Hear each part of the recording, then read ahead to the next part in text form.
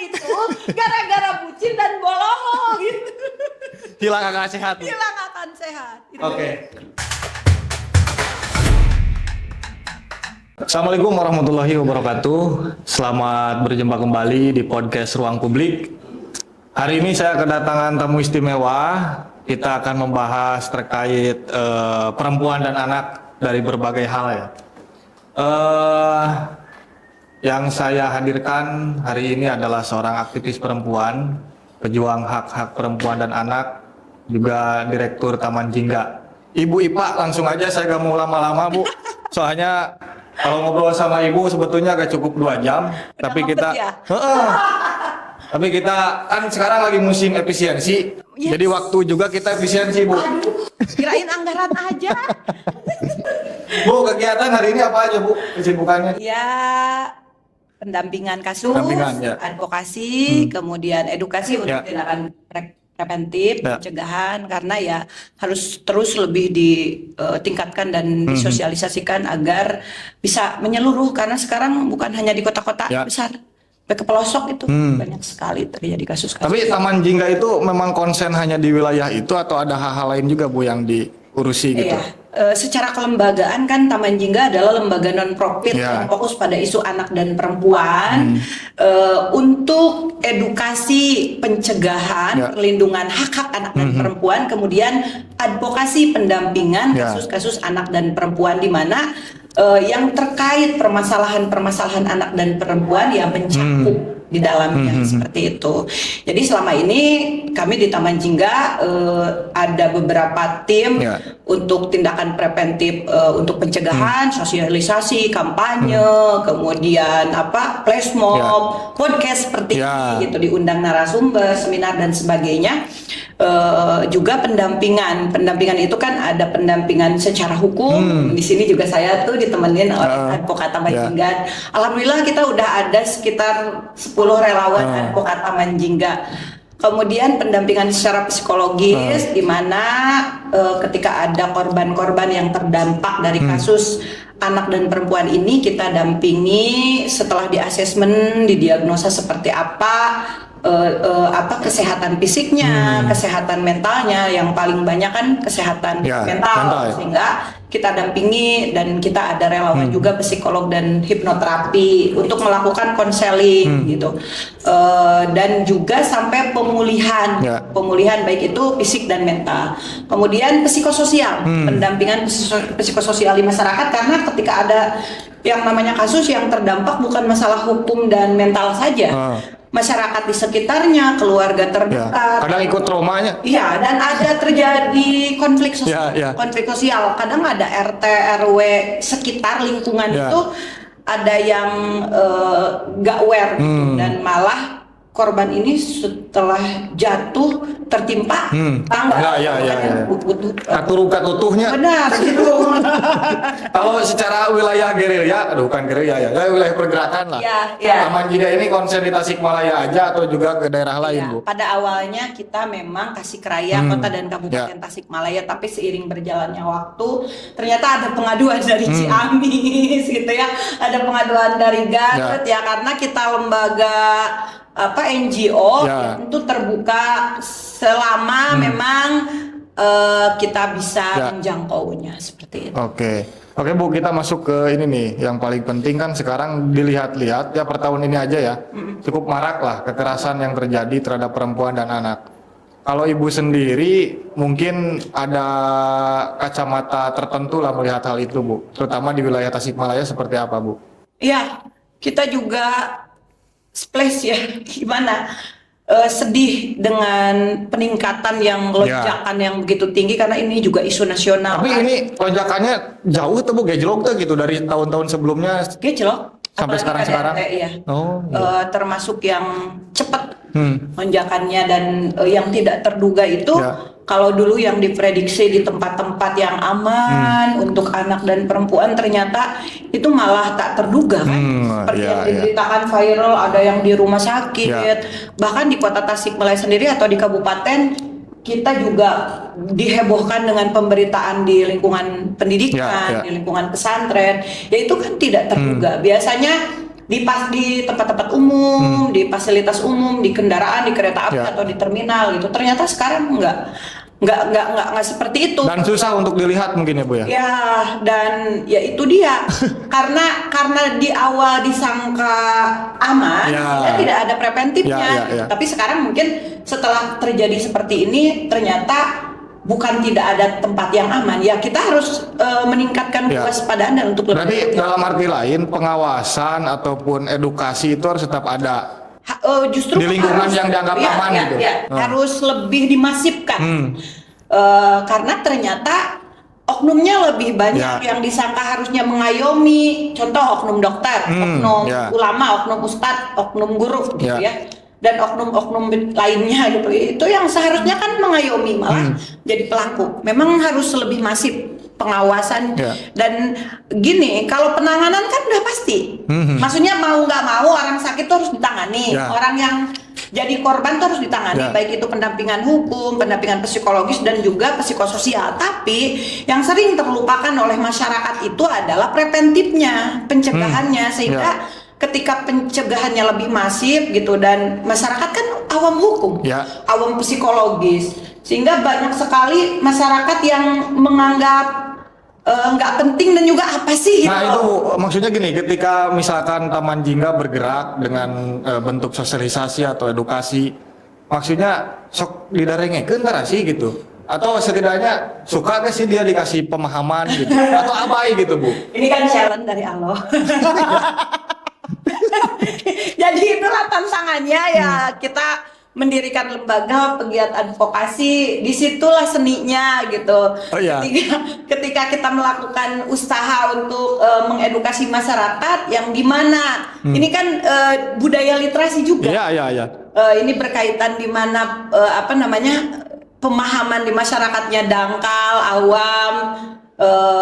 Sehingga ini juga tantangan ya, tidak mudah. Akan tetapi saya selalu dengan teman-teman di Taman Jingga ini mengafirmasi mudah ya. Karena kalau dianggap tidak mudah, sulit, nanti malah jadi doa gitu. Tapi kalau yang Ibu lihat sejauh ini responnya kayak gimana Bu? Alhamdulillah, karena bagus, dan ini juga membutuhkan suatu strategi agar masyarakatnya mudah memahami. Akhirnya kita mencari cara berbagai macam sehingga terkesan ringan tapi entertainment juga. Akhirnya harus diarahkan ke sana ya. Kalau yang serius-serius mungkin boring juga ya Kang. Biasanya lewat apa Bu? Terbaru kita yang heboh itu diliput media lokal nasional yang flash mob peringatan Hari Ibu.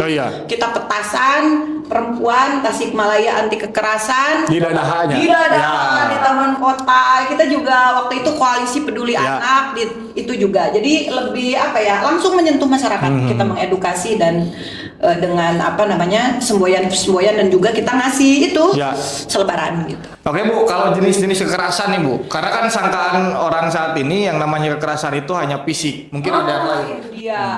Jadi sebelum saya jawab jenis-jenis kekerasan itu sendiri, baik untuk anak dan perempuan juga secara umum bagi masyarakat, tuh ya. Definisinya dulu bahwa kekerasan itu segala bentuk yang menyakiti baik secara fisik atau psikologis, juga penelantaran yang baik dilakukan oleh satu orang atau satu kelompok, baik dilakukan secara satu kali atau terus-menerus yang menyakiti korbannya dan berdampak secara fisik dan psikologis. Adapun jenis-jenisnya kekerasan itu dalam UU PKDRT ini lebih umum bahwa satu kekerasan fisik. Nah, di mana masyarakat tahunya tuh itu kalau yang ditendang, dijambak, dicubit, dijewer, dipukul gitu ya, sampai yang level-levelnya parah, stadiumnya sampai ke pakai alat atau terjadi pembunuhan, itu kekerasan fisik gitu. Tapi justru yang terselubung, yang paling sulit dibuktikan gitu adalah kekerasan secara psikologis. Kalau kekerasan fisik tadi kan ada visum ada visum, lebih mudah untuk dibuktikan, apalagi kalau ada CCTV dan bukti video. Tapi psikologis bisa dibuktikan dengan surat keterangan dari psikiater dan psikolog, itu berupa penghinaan, pengejekan, penghinaan, pengejekan, pencuekan, dicuekin kan? Termasuk juga itu. Termasuk misalkan atau ada circle di sebel nih gue. Ada udah dari mulai anak SD sampai ibu sosialita ya karena gara-gara deskrotnya nggak sama itu diasingkan atau sepatunya nggak sama. Lah itu juga termasuk itu kekerasan itu. Apa namanya harus satu frekuensi katanya ya bajunya warna Korean gitu gitu ya. Nah itu juga kekerasan sebetulnya. Kemudian penelantaran ketika misalkan dalam hubungan rumah tangga baik itu dari orang tua ke anak ataupun anak ke orang tua yang sudah lansia ditelantarkan, tidak diurus, tidak sebagaimana seharusnya tanggung jawabnya. Penelantaran itu bukan hanya secara nafkah atau ekonomi, tapi juga penelantaran secara bentuk perawatan, pengasuhan, kemudian kekerasan ekonomi. Kekerasan ekonomi di sini, misalkan menyumputkan aset kan, akang teh meser sawahnya, meser sawah, meser mobil, akang tuh wawartos ke istri akang, tah eta teh sami. KDRT berarti kalau tidak menafkahi pun juga termasuk? Ini jelas, kalau tidak menafkahi jelas itu dalam kalau orang hijab kabul ini kan suka disebutkan apabila tidak dinafkahi secara lahir atau batin selama berbulan. Berarti nyumputkeun oge kekerasan atau akang tehnya naon teh gaji selip gaji kita anu padahal gajinya 10 juta dibejokeun 5 juta tah hati-hati ya guys, anda hati-hati. Kemudian kekerasan ekonomi teh aya lalakina teh nganggur dan saya pendampingan ngarokok ari kudu aya kopi pamajikanna disuruh jadi buruh cuci nyetrika kudu setor ke salakina eta teh nurus tunjung gitu. Tapi kalau si istrinya ikhlas mah gak apa-apa. Nah ini dia masalahnya ketika catcalling catcalling with you ada yang atoh geranya soalnya ada gitu undang-undang TPKS teh tapi pelecehan seksual tapi atoh meureun jigana teh payunya gitu. Nah ini literasi termasuk ketika kita menyuarakan kesetaraan gender atau keadilan gender, da cenah rido, da cenah kudu hikmah ka salaki. Ya mungkin ini masalah frame sudut pandang. Jadi definisi balik lagi ke definisi kekerasan. Ketika merasa terdolimi, tidak nyaman, merasa diintimidasi, diancam, ditekan, nah itu. Ya kalau dia ikhlas, ridho, misalkan akang teh nyumputkeun, tapi ini disclaimer ya. Misalkan akang nyumputkeun sawah ti cek abdi mah teu naon, da abdi mah ditransfer unggal poe oge 100.000 misalkan. Ya itu sebetulnya lebih kepada kesepakatan antara suami istri. Bagaimana komitmen yang dibangun bahwa tidak semuanya berdasarkan prosedur hukum gitu ya. Ini kan norma hukum negara. Ada dalam UU PKDRT dan ada dalam undang-undang perkawinan. Tapi kenyataan di lapangan kan balik lagi ke komitmen suami istri tersebut gitu. Kadang kita berperspektif, eta merasa terdolimi, ternyata korban pas ditaros, da abi mah teu nanaon ibu gitu. Oke. Nah, ini yang paling tidak diketahui oleh masyarakat. Satu lagi. Kekerasan politik. Politik kumaha, Bu? Tuh kan pada nggak tahu kan? Ada dalam undang-undang PKDRT. Gimana tuh? Kemarin tahun politik. Si kepala keluarga mau nyoblos di pilkada atau di pilpres atau di pileg harus sama anaknya sama istrinya. Itu teh masuk KDRT biasa dilaporkan ke polisi. Oh itu ada undang-undangnya? Ada UU PKDRT. Termasuk dieksploitasi ketika misalkan istrinya mau nyaleg atau nggak boleh nyaleg atau mau nyaleg atau disuruh dipaksa. Hanya karena melihat peluang politik dalam suatu oligarki atau dinasti politik, padahal anaknya teh bisa nanaon, tapi politik teh naon. Dipaksa. Kita bapaknya dipaksa gitu. Ari nyaman mah teu nanaon si boloho nya tidak melanggar undang-undang anu rugi ke rakyat gitu. Mesin boloho. Tapi yang rugi kalau dia nggak siap, bukan passion dia, tapi tiba-tiba gitu. Dipaksa ya. Tadi ketika disuruh nyoblos samaan, padahal suami istri itu punya pilihan sendiri, partainya beda gitu. Itu KDRT. Tadi penelantaran sudah, dan eksploitasi. Eksploitasi itu tadi, misalkan ketika sebetulnya banyak yang terselubung sampai ke pencarian ajang bakat. Tapi selama dia nyaman, ya kalau tidak nyaman kan itu kekerasan sebetulnya. Ketika eksploitasi anak yang jelas lah, jadi pengemis, pengamen gitu ya, atau harus ikut kompetisi. Anaknya teh tersepen lomba, kuinungna teh kudu disuruh lomba-lomba, budak teh depresi bisa. Kemudian eksploitasi di sini juga yang seperti jadi magnet klien, marketing. Tapi ya sejauh ini kan di dalam dunia kerja mungkin karena keterpaksaan atau literasi atau dia juga enjoy nyaman, padahal sebetulnya jadiin magnet perempuan itu untuk melobi klien itu juga kekerasan secara terselubung, dan juga human trafficking, perdagangan orang. Perdagangan orang itu biasanya antar kota, antar provinsi, dan yang paling parah antar negara. Ketika masyarakat sekarang dampak PHK dan juga sulit mencari kerja, tiba-tiba ada iklan yang kayaknya tuh menggiurkan, gajinya gede tapi tidak di tracking dulu asal mulanya, sehingga pisahnya pisah bodong atau apa, padahal di sana itu perdagangan orang sebetulnya gitu ya. Dan sekali lagi di momen podcast ini saya ingin menghimbau bahwa jangan mudah tergiur terhadap ajakan apapun, dan sebagai payung hukumnya negara kita sudah menyediakan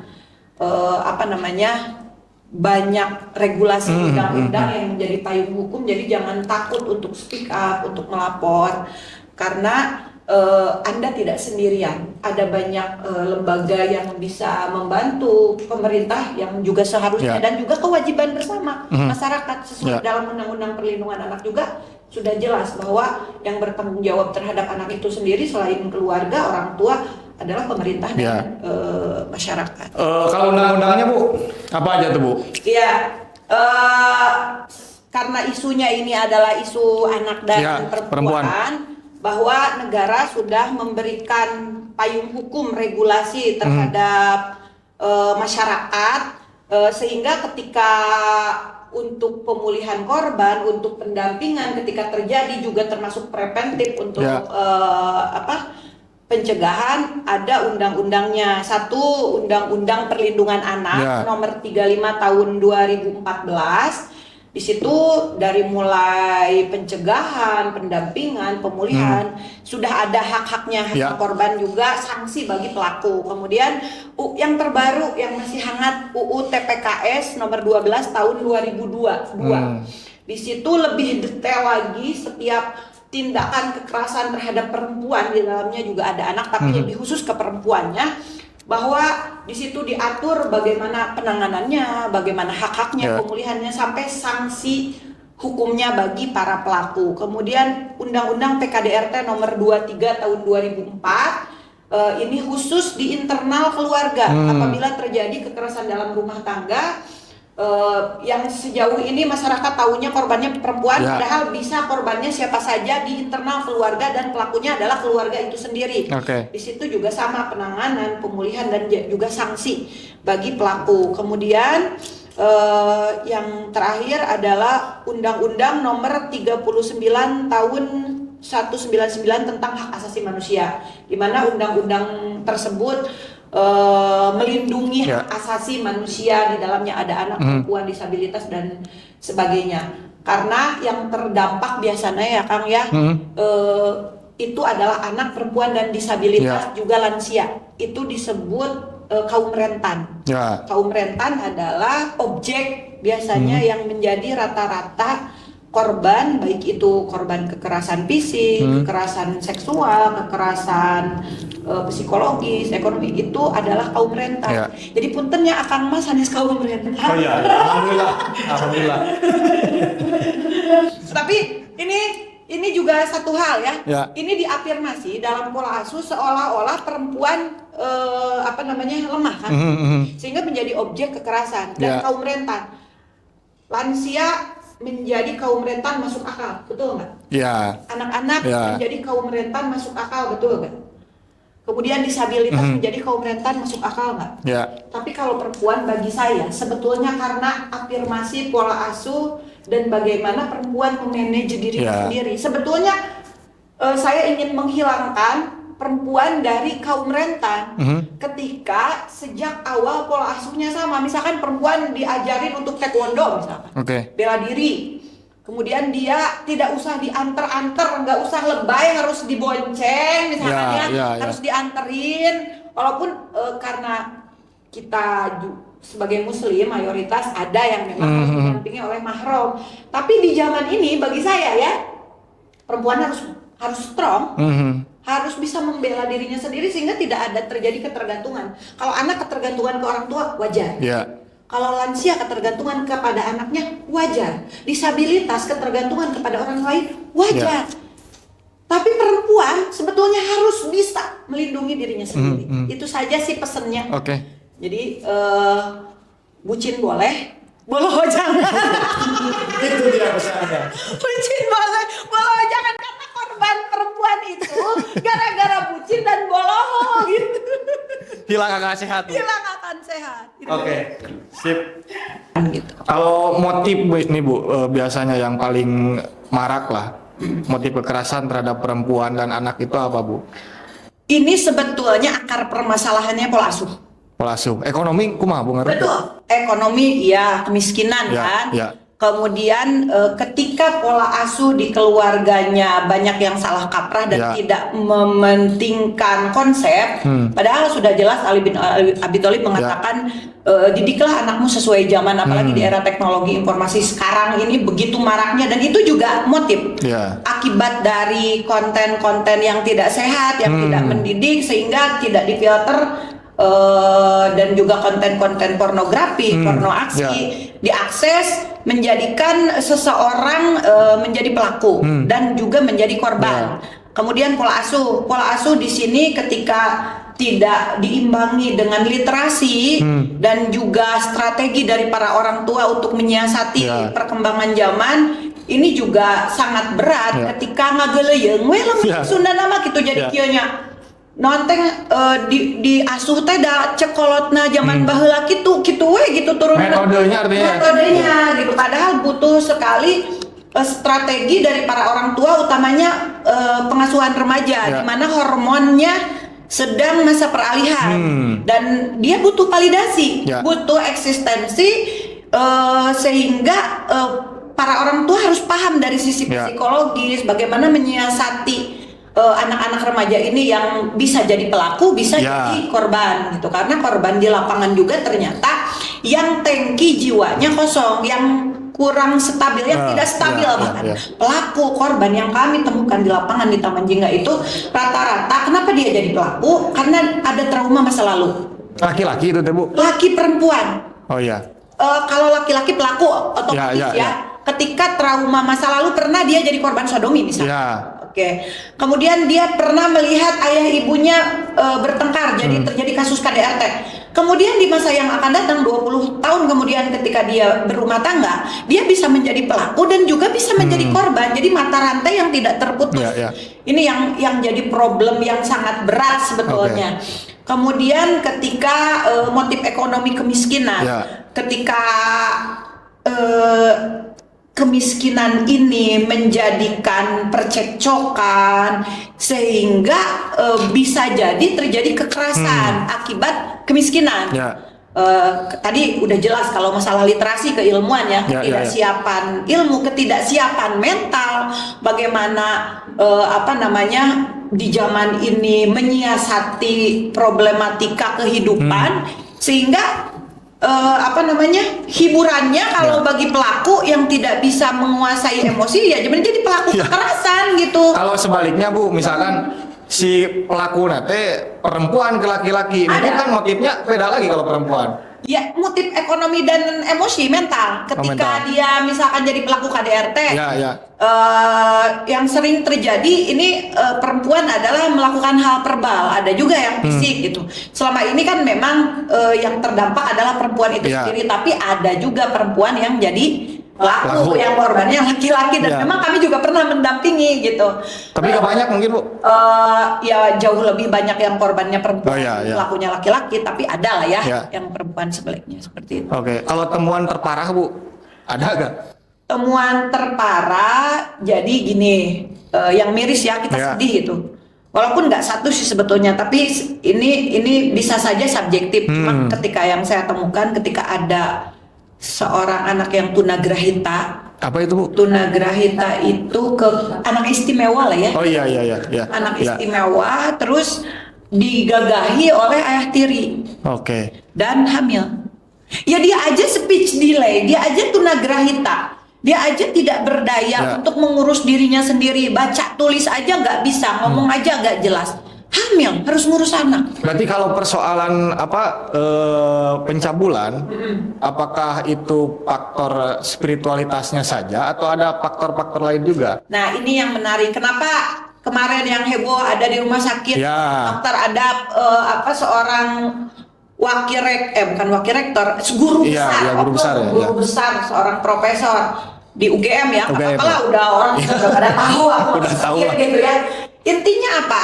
Ada kejomplangan antara kecerdasan intelektual, kecerdasan emosional, dan kecerdasan spiritual.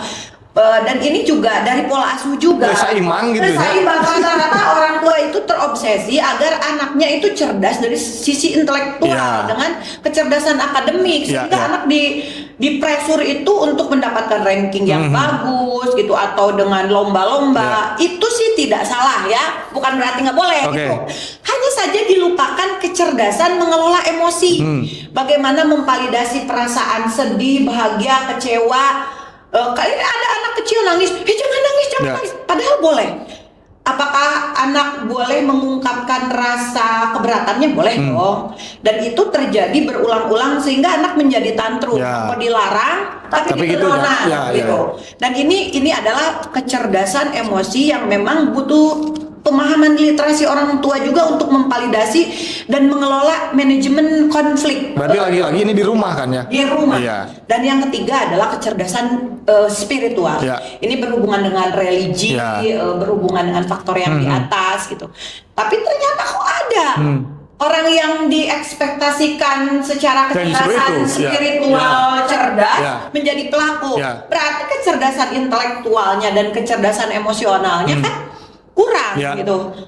Dan di sini PR-nya bahwa tantangan kita, mungkin ada pranikah ya, orang-orang yang mau nikah. Jadi nikah itu bukan karena kesepian ya, tapi karena kesiapan gitu. Ketika siap dengan mental, keilmuan, finansial gitu, hal-hal yang mendukung termasuk kesehatan reproduksi dan sebagainya, sehingga udah lebih siap.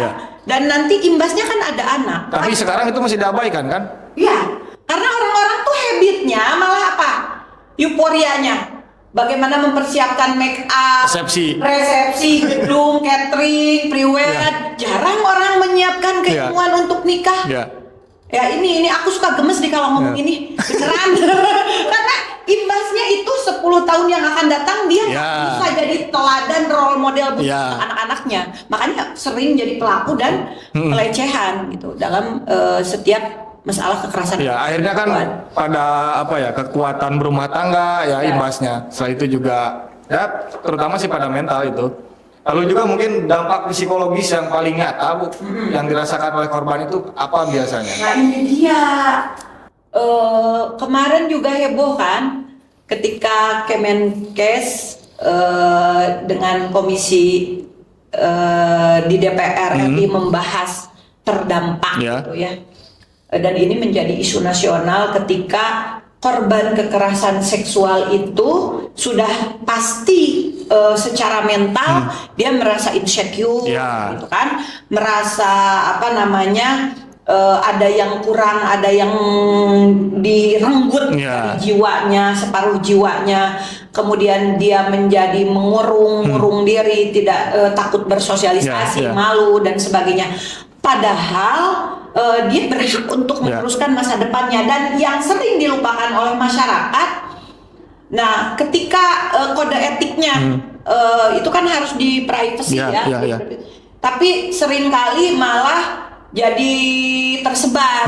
Dan yang paling menyedihkan adalah ketika tidak mau menikah, atau laki-lakinya ketika sudah berkenalan dengan mantan gitu ya, korban penyintas gitu. Tapi setelah tahu masa lalunya nggak jadi nikah. Padahal kan sebetulnya bukan salah dia. Itu hanya musibah dan dia sebagai korban. Jadi para lelaki ketika sudah jatuh cinta terhadap korban, mantan korban, nggak apa-apa, nikahin aja, justru jadi amal soleh, karena itu bukan zina, bukan suka sama suka, tapi dia memang korban aja. Kemudian tadi udah jatuh tertimpa tangga secara depresi gitu, masa depannya. Misalkan yang tadinya dia bekerja, gara-gara di suatu perusahaan dia diperkosa misal, akhirnya bukan dipecat, tapi kan malu sendiri, akhirnya nggak punya pekerjaan. Kemudian putus sekolah, tadinya sekolah jadi putus sekolah, bagaimana dia melanjutkan masa depannya? Kemudian jadi putus dengan pacarnya atau jadi tidak dinikahi. Padahal dia berhak untuk meneruskan masa depannya, untuk berkarir sebagaimana orang-orang normal.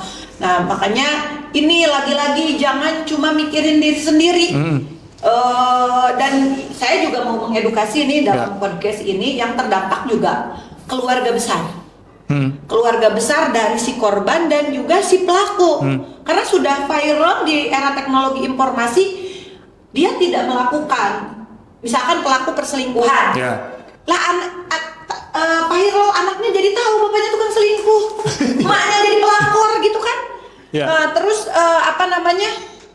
sehingga yang jadi insecure, depresi itu tidak hanya jadi cuma korban doang, lingkungannya juga keluarga besarnya. Belum lagi sanksi dalam hukum. Ketika jadi para pelaku dalam undang-undang mendekam di penjara tuh, tanya tuh sama Bu Ane, itu sudah ada istilah semacam gini, dampak kan? Itu biasanya pelaku kekerasan seksual terhadap anak dan perempuan itu kalau di penjara itu jadi narapidana spesial, ya kan teh? Jadi narapidana yang jadi korban bully lagi. Iya, saya pernah dengar itu, Bu. Ya makanya di dalam podcast ini nih yang nonton ya, kalau lu jadi pelaku, lu nanti di penjara lu, dibalas semen lu. Biar tahu diri gitu loh. Berarti Bu, cara paling aman misalnya ada korban misalkan, tapi dia introvert gitu, mau konsul juga dia takut. Ada nggak metode penyembuhan secara mandiri gitu Bu, yang bisa dilakukan oleh si korban itu? Ya, jadi gini ya, ini juga problem, ini juga challenge. Karena menangani korban ini memang perlu hati-hati gitu ya, tidak mudah. Memang perlu tahapan-tahapan dan juga kesabaran dari pendamping untuk bisa korban berani speak up, berani melapor, dan selain korban juga keluarganya, walinya, termasuk lingkungannya.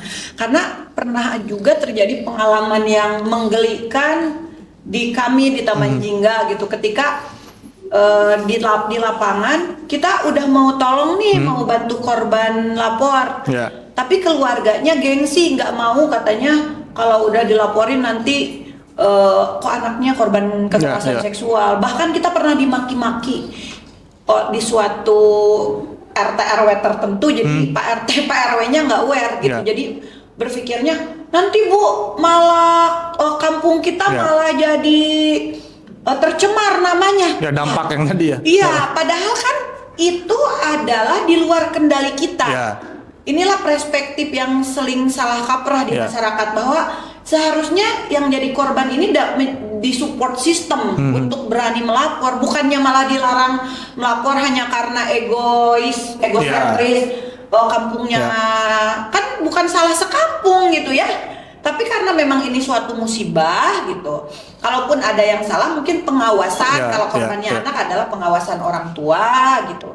Nah, ini pertama kita tentunya membujuk, memvalidasi dulu, agar dia merasa ditemani di tempat yang aman. Dan ini adalah PR di setiap kota kabupaten untuk punya rumah aman khusus, sehingga kalau di rumahnya sendiri sebetulnya rata-rata udah nggak sehat.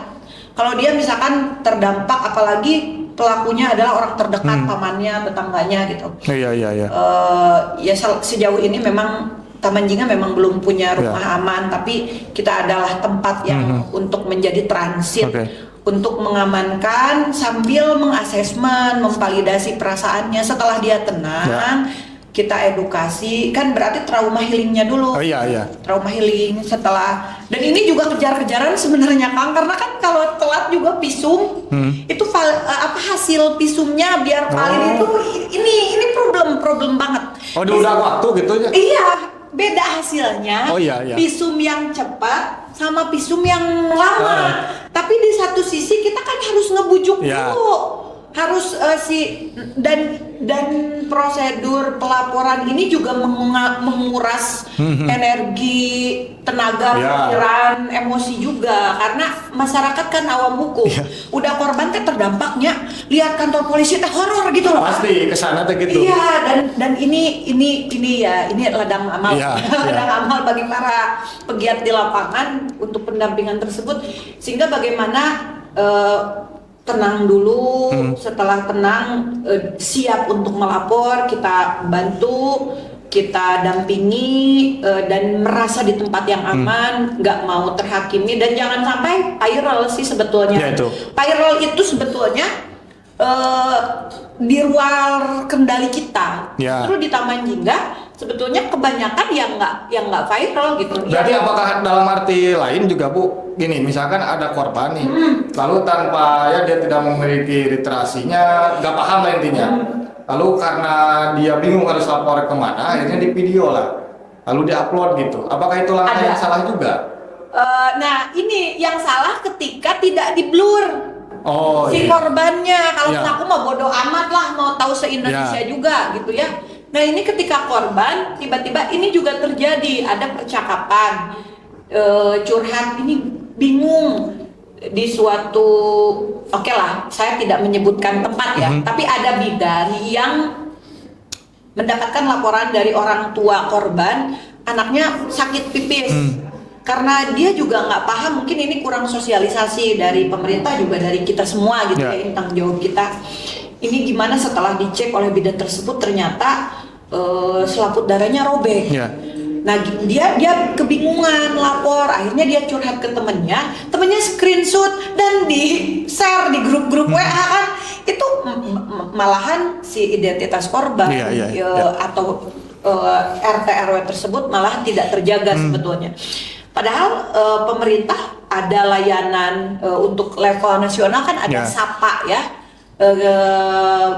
Bisa langsung melapor ke SAPA di 129, kemudian itu di Kemen PPA, atau bisa karena kita Taman Jingga NGO, bisa ke Taman Jingga, ada Instagramnya, bisa di follow ya, nanti bisa lapor ke DM, atau ke unit UPTD. Kalau anak ke KPAID setempat di kota kabupaten, kemudian kalau perempuan P2 TP2A, tapi karena sekarang sudah ada perubahan undang-undang sehingga P2 TP2A itu dirubah menjadi UPTD, bisa ke RT RW setempat, dan mudah-mudahan Pak RT Pak RW-nya sigap juga untuk membantu, menolong, atau ke unit PPA Polres setempat. Yang paling cepat di antara itu yang mana sih Bu? Ke Polsek. Ya aku nggak tahu itu yang paling cepat yang mana, masa aku bilang Taman Jingga gitu kan.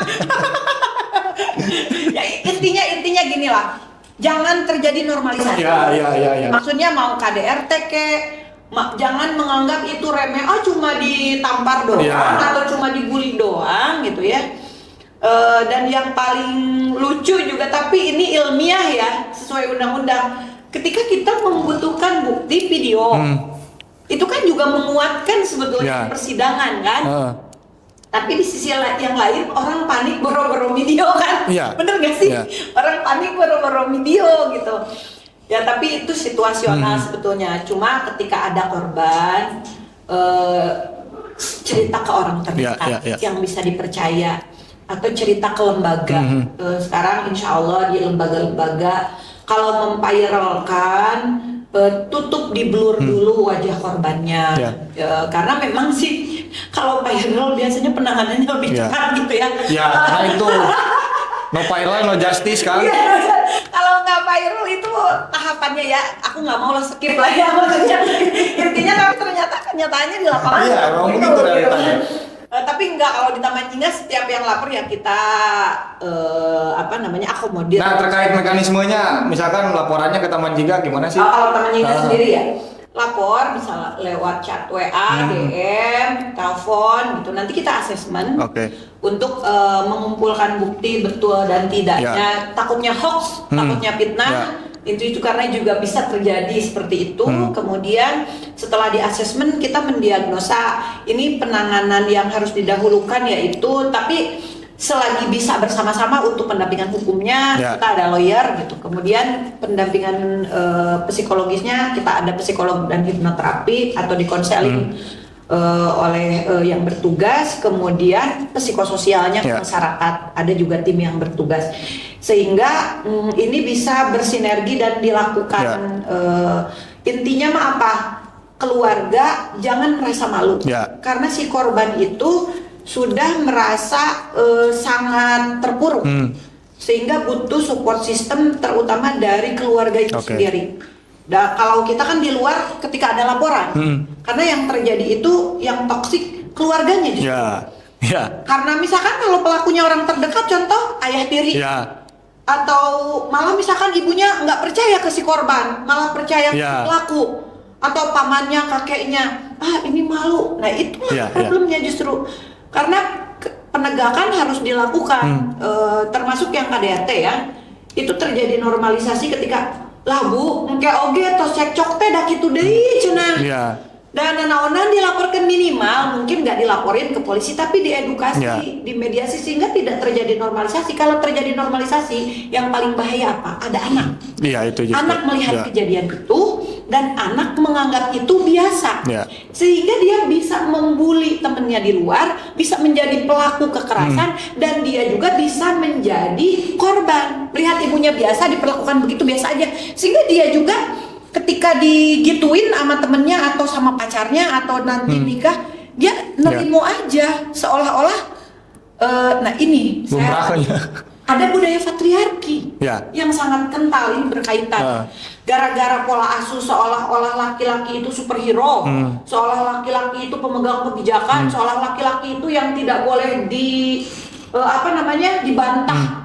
Padahal semua itu bisa dilakukan bersama-sama dengan komunikasi sehat. Suami istri itu adalah partner. Tidak ada yang hierarkinya yang lebih tinggi, walaupun tetap kepala keluarga itu adalah ayah, itu adalah suami. Tapi kalau komunikasi itu semua berhak untuk mengemukakan pendapatnya, untuk mengemukakan keberatan-keberatannya, sehingga dari komunikasi yang sehat di keluarga internal itu sebetulnya itu juga salah satu pencegahan untuk tidak menjadi korban dan pelaku di ruang-ruang lain, di sekolah, di pesantren. Itu karena kan juga saya ingin menambahkan yang menjadi pelaku dan korban baik di pesantren, di ruang pendidikan juga karena rata-rata orang tuanya juga yang bermasalah di rumahnya masing-masing. Jadi tetap ada. Iya, ujung-ujungnya kan pola asuh. Jadi saya menyarankan kalau ada korban, saya asesmen, setelah dianalisa, diteliti, ternyata orang tuanya bermasalah. Jadi yang dikonseling itu bukan hanya pelaku dan korban, tapi orang tuanya juga harus dikonseling. Nah jadi gitu. Oke Bu, ini ada bukan apa ya? Iya mah Panyari Bu lah. Tolong jawab cepat, saya kasih 5 pertanyaan Bu ya. Waduh. Siap Bu? Waduh. Aksi atau audiensi? Aksi dong. Kenapa? Ya, kita kan orang-orang grassroots di lapangan. Kalau nunggu harus kebijakan dulu, kaburu puntennya. Keburu maut. Jadi pengajar atau aktivis? Aktivis saya mah. Kalau bisa dua-duanya. Sejauh ini bisa dirasakan lah oleh masyarakat, dan saya juga sering bertemu dengan para penyintas, dengan masyarakat, dan hikmahnya juga besar bagi saya secara pribadi. Saya jadi lebih banyak bersyukur. Saya juga ketika menganalisa satu kasus satu dengan kasus yang lain juga sebenarnya belajar dari kasus sebelumnya. Jadi sudah terlanjur nyaman lah ya di aktivis. Kalau nyaman kan kesannya nyaman dengan masalah orang. Tapi mungkin untuk mengedukasi. Iya. Oke. Sekarang pedesaan atau kota?